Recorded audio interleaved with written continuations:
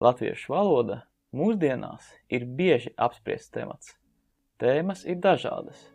Par vēlmi, lai to lieto visā valsts teritorijā, vai diskusija par jaunvārdiem, kurus izmantot, lai aizvietotu aizgūmus no svešvalodām.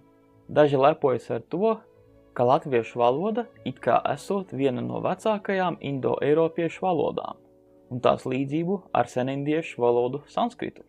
Bet ir arī pretēji viedokļi, kuri runā par to, ka latviešu valoda esot mākslīgi izveidota, ka to iesākuši veidot vācu iekarotāji un vēlāk pabeiguši jaunatvieši.